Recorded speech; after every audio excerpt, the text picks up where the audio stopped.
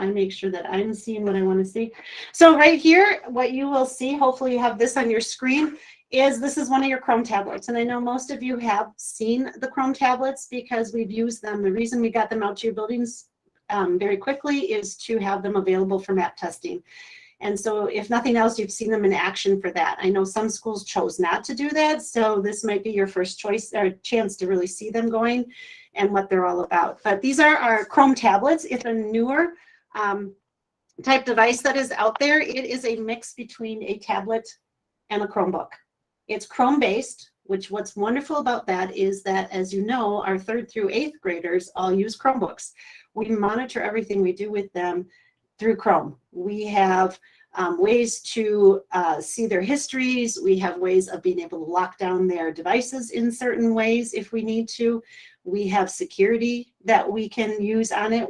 The security we use for everyone is Bark, and it lets us know when students may be using or looking up something that has some sexual content or maybe bullying and lots of different things in it, and it notifies us of that. So we'll be able to do the same type of thing with our younger students in 2nd grade now because of having these devices. As I said, it can be a tablet or a book. And of course, if you notice, we have purchased the keyboard that goes with it.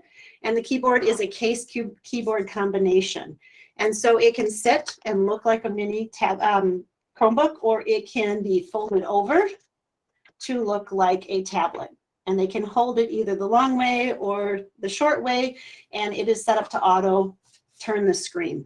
If you notice right now, the screen is black. I've had it open for a while. And if I close it up, I'm just going to do that for you and show you as far as how to charge them and what we have. There is only 2 places that students can plug anything in, and that is one for their headsets, and the other one is for charging. I highly recommend you don't let your students plug in for charging. We have found, because of these cases, they have a nice rubber case around them that's nice and thick, that if you're not careful, you think you plugged it in and you really didn't. So when you plug in, it is a USB connection, or USB-C, I should say, which is what a lot of things are turning into these days for us.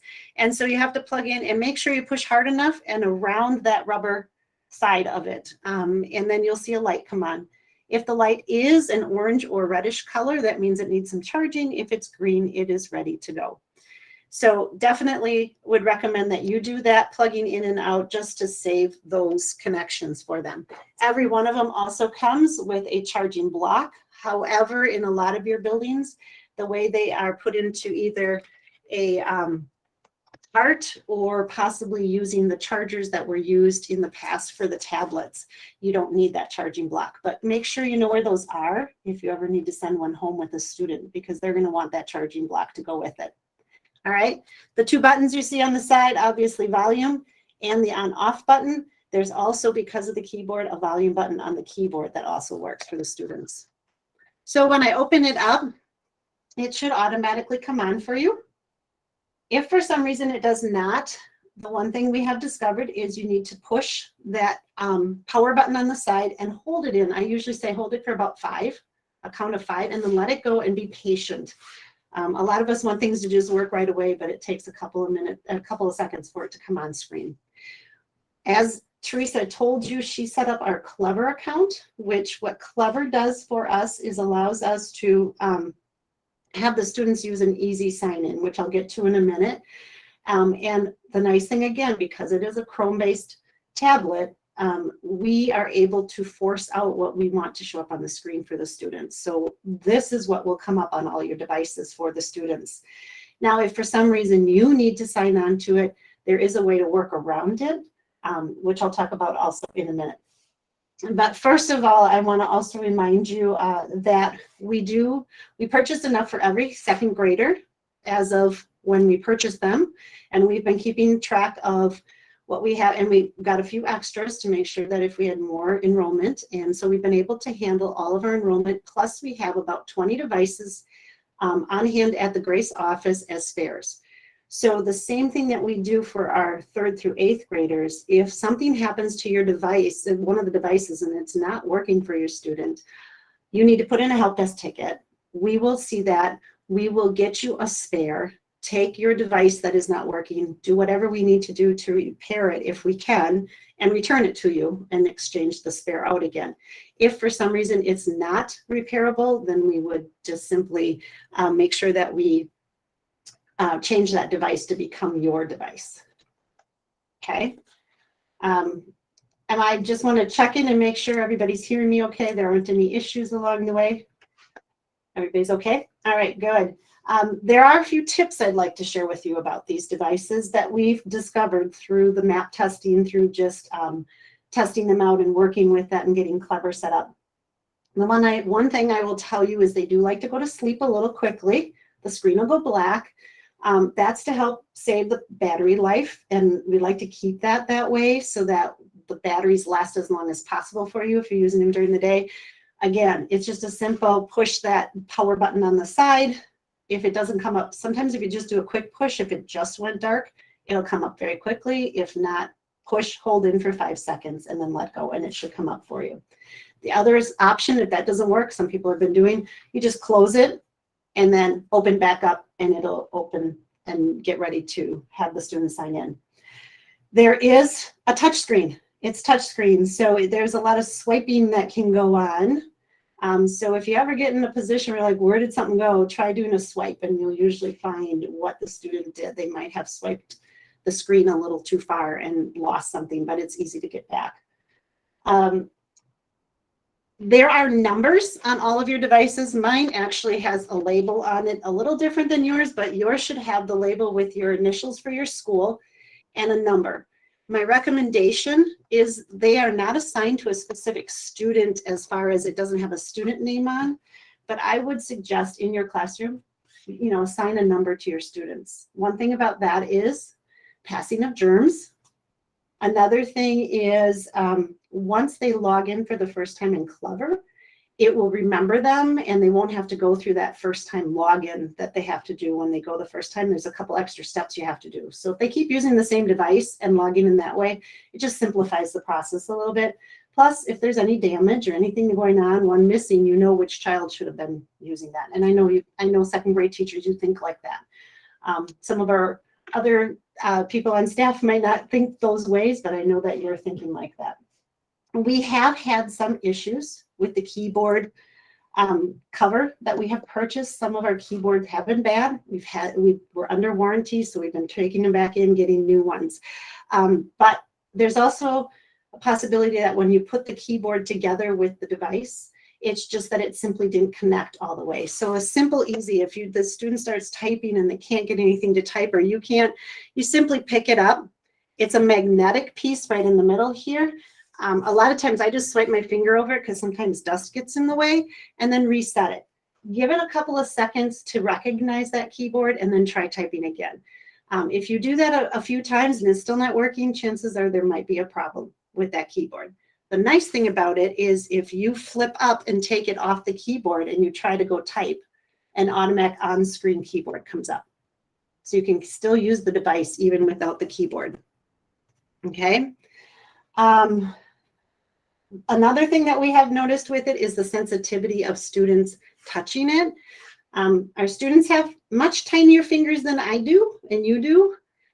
So that's an advantage sometimes because things can be small on the screen, and when they touch, they get the right thing and we get the wrong one.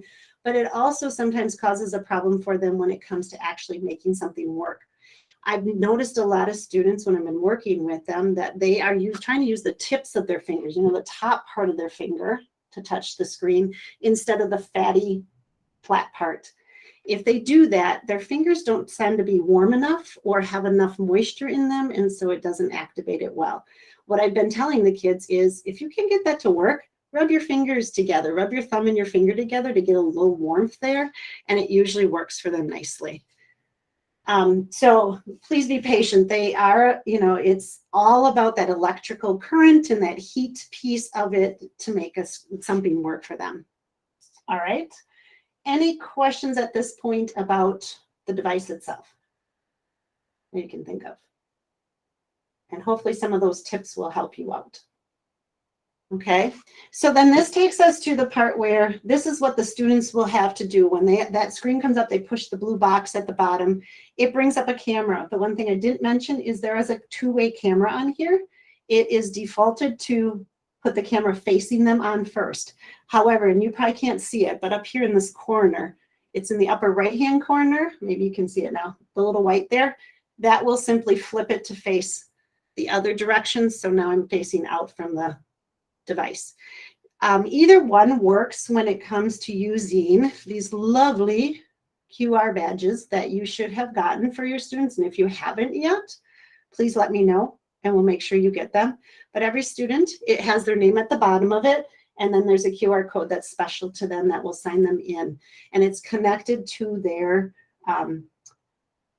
Google account that they have or their email that is set up for them. All right, so it knows them and it recognizes them, and that's how we can track them.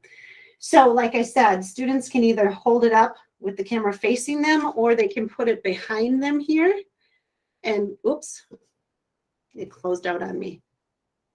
I waited too long. So they get used to this, and most of them can hold it up in front. And I don't know if you heard that little sound or saw the green circle with the check mark in it.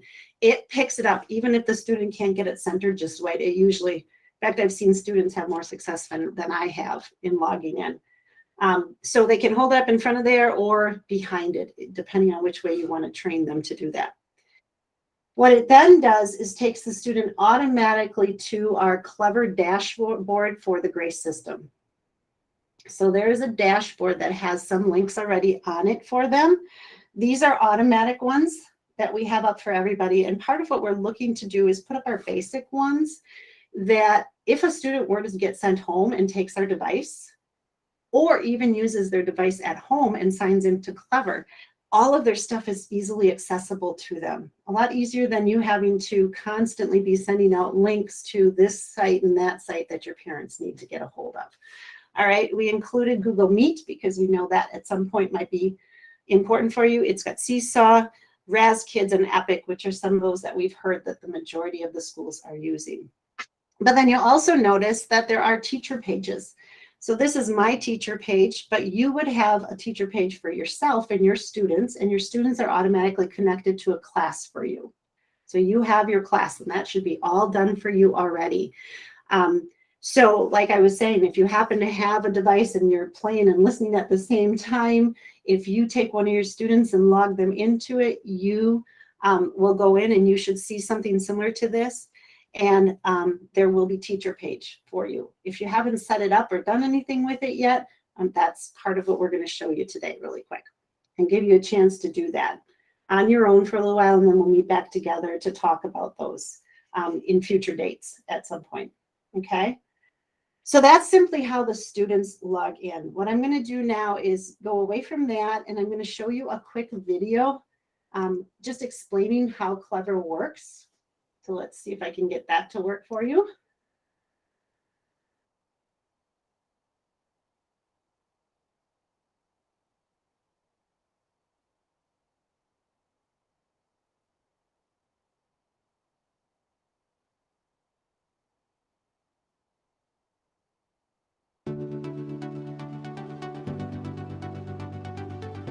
Well, hello there, and welcome to Clever. I'm Lex, and I'm going to give you a walkthrough of what Clever is, why teachers love it, and some of our top teacher features. Picture this. You have 25 students in your middle school ELA class. You've prepped an amazing lesson that uses several EdTech programs or apps. As students go to log in, you see one hand go up, then another, and another. Students can't remember their various usernames for different programs. Oh, and you have 2 new students today who don't even have accounts yet. Sounds like a nightmare, right? Sadly, for too many teachers, that's the reality of trying to use EdTech in their classrooms. We know that you come to school to build relationships with students and educate them, not to focus on tech support. That's where Clever comes in. Clever works with your district's Student Information System, or SIS, to automatically roster students into your EdTech programs. For example, if you have 5 math sections in your school's SIS, like PowerSchool, then those 5 math sections will be shared with Clever, which sends the sections to your math programs. If a student is added to your roster in your SIS, that student is automatically added to your EdTech programs. Same for when a student leaves your class or you get new classes in the fall. What's even better is that you and your students can use Clever to sign into your apps. Instead of trying to remember various logins and passwords, just click the app's icon in Clever and voila, you're automatically signed in. This is called Single Sign-On or SSO. Using Clever's SSO is easy and it comes with extra benefits. For example, when students log in with Clever, you can see which programs they're using in a quick glance. You can also easily troubleshoot sign-in issues for students in the moment by logging them in if they're having trouble. That's simply not possible with other SSO options. And there's more. Here are additional ways Clever can be useful to teachers. Sending students and guardians messages directly in Clever, launching applications for an entire class or logging them out, using Clever Library to find new free and paid resources for your students with honest reviews from teachers like you, creating a teacher page to organize programs for your students, along with links and PDFs. As former educators, we know these tools can save you lots of time, and many other teachers agree. In fact, Clever is the most widely used single sign-on portal in the US. To get going with Clever, we recommend checking out Clever Academy if you haven't already. You can access it in your Clever account or by going to clever.academy. Schools work better with Clever, and we bet your classroom can too.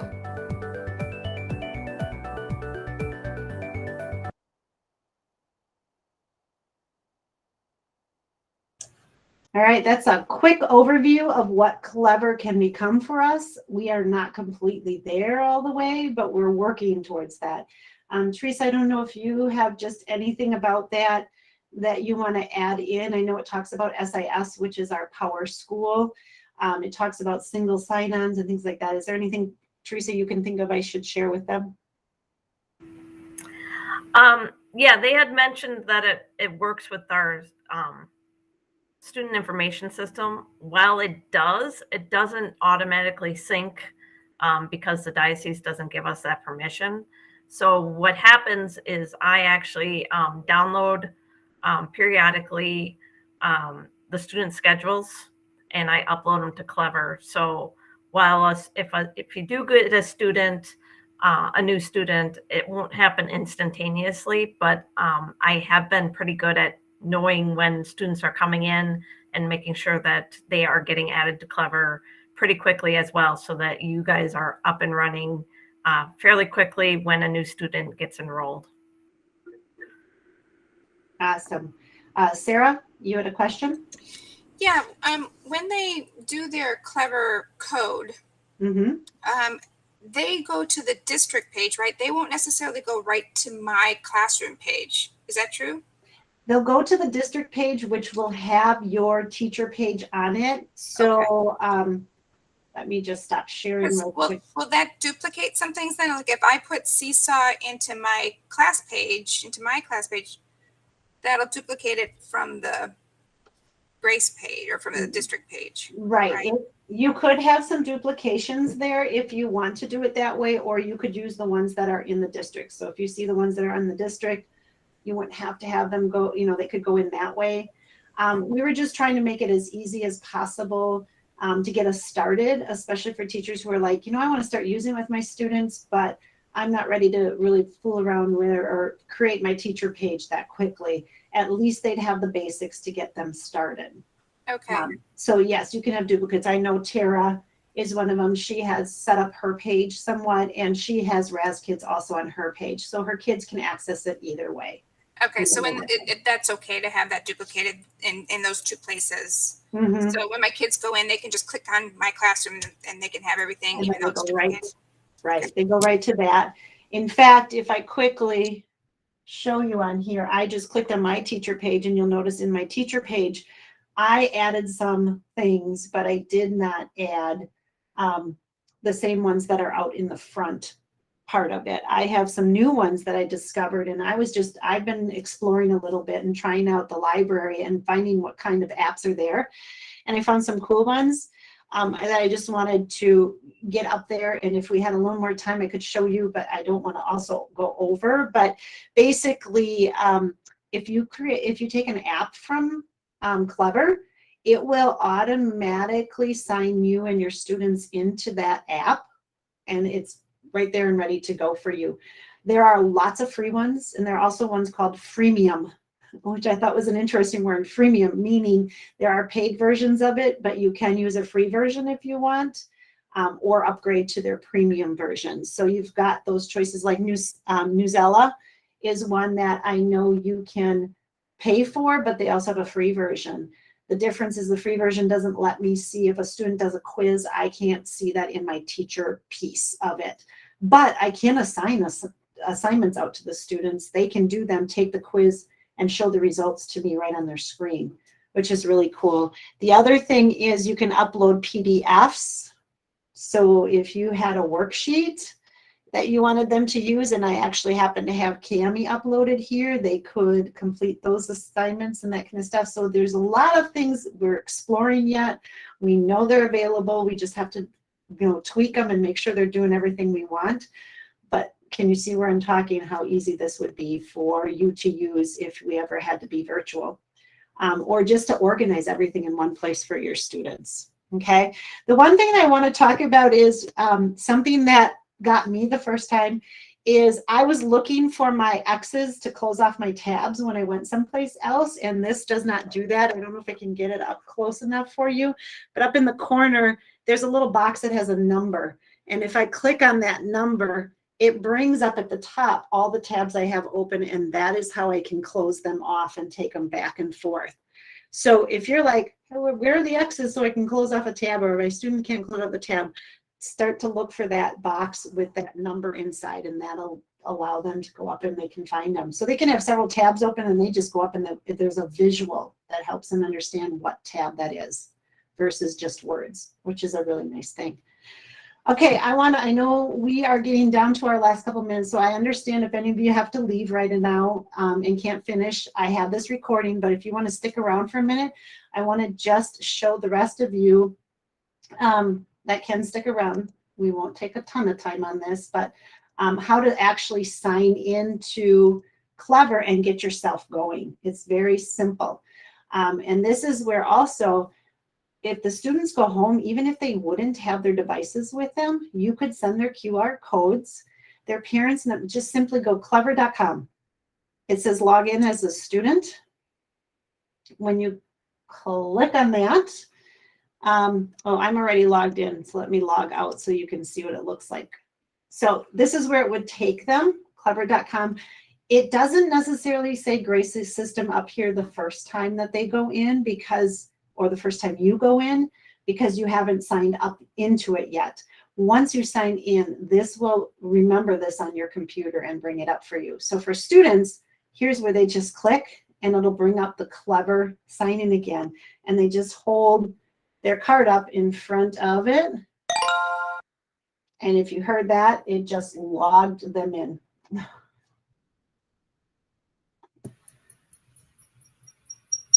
Oh.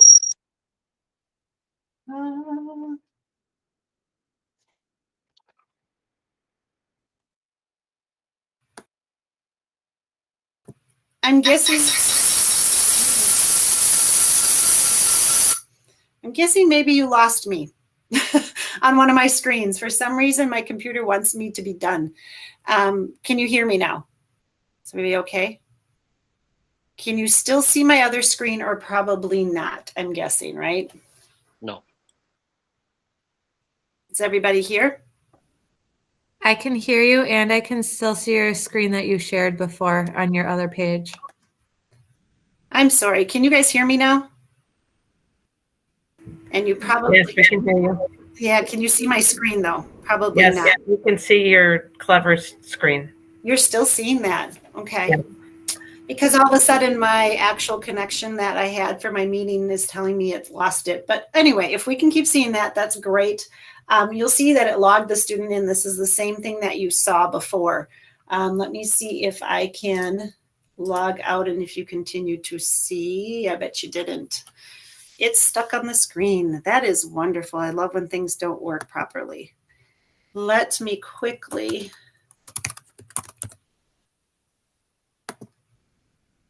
do it on here. That's why I have backup going. Let me see if I can present from here.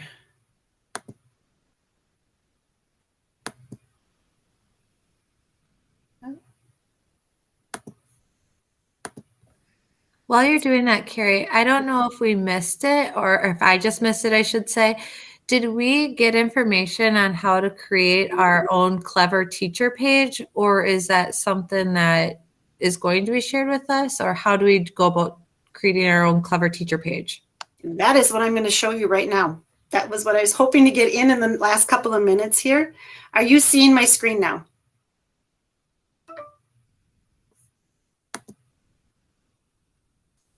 Are you guys seeing my screen? Yes, we see it. Okay. All right. So as I showed you when you did the login for the students, instead of doing the Clever login that they would do, you over here, and now of course it's not showing it, there should be a Google login here. Darn, it should say login with Google. And if you do the login with Google and choose your school account, it will automatically take you in there. If you're not finding, let me see. Every one of our schools is under Grace and then the name of your school. So like Grace Father Alloway, you'll see it right here.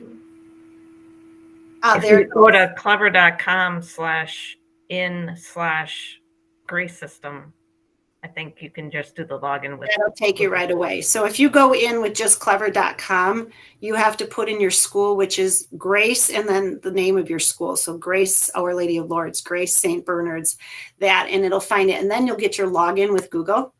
So when you do that login with Google, you log in as a teacher.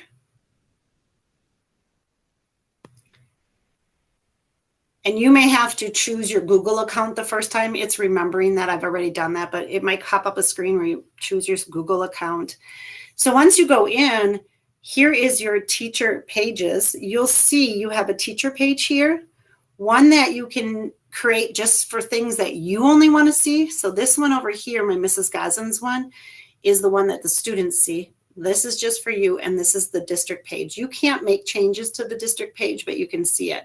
So you want to concentrate mostly on your personal page that you're going to create. It's already created basic for you. You can make changes to the name of it. You can add a description. This is where simple, easy things to add here. You just click add and it'll bring up options of what you can add. So you got PDFs, you got links, and you've got apps. Trust me, it is very simple to do. And it's also very simple if I want to get rid of one. Whoops, I shouldn't have. That one just took me into that actual account. But if you see when I hover over it, I can edit it. I can easily delete something. So you could put something up for a day or two that you want the students to use, a video you want them to see or whatever, and then you can get rid of it. The biggest thing I'm going to say is go to clever.com. And Teresa, I don't know if you can quickly put that into the chat for them. The rest of that, the /in/ I think it's Grace, right? Something like that. Once you get signed in, these tabs across the top are all things I would say just get in there and explore on your own. You're not going to break it, and most of it's pretty easy to do. Plus, if you remember before, they talked about the Clever Academy. If you go to the question mark over here and go to Clever Academy, there is actually certification you can earn by doing all of the stuff. But I would pick and choose what you're comfortable, what you feel like you need help with. But you'll see your level 1, 2, 3, 4, 5. So those are all different things you can do. But when I go into level 1, it will have different pieces of that I can go through. And then it checks mark when I finish something. So if you need a little guidance, that is the place to start with guidance. If you're one of those that, hey, get me signed in and let me play, I think you'll be able to do it pretty quickly. But you can also put in a help desk ticket and we will help assist you in getting started with this. Like I said, as long as you can get students logged in to the account. You can use the basics that we have on the dashboard. We have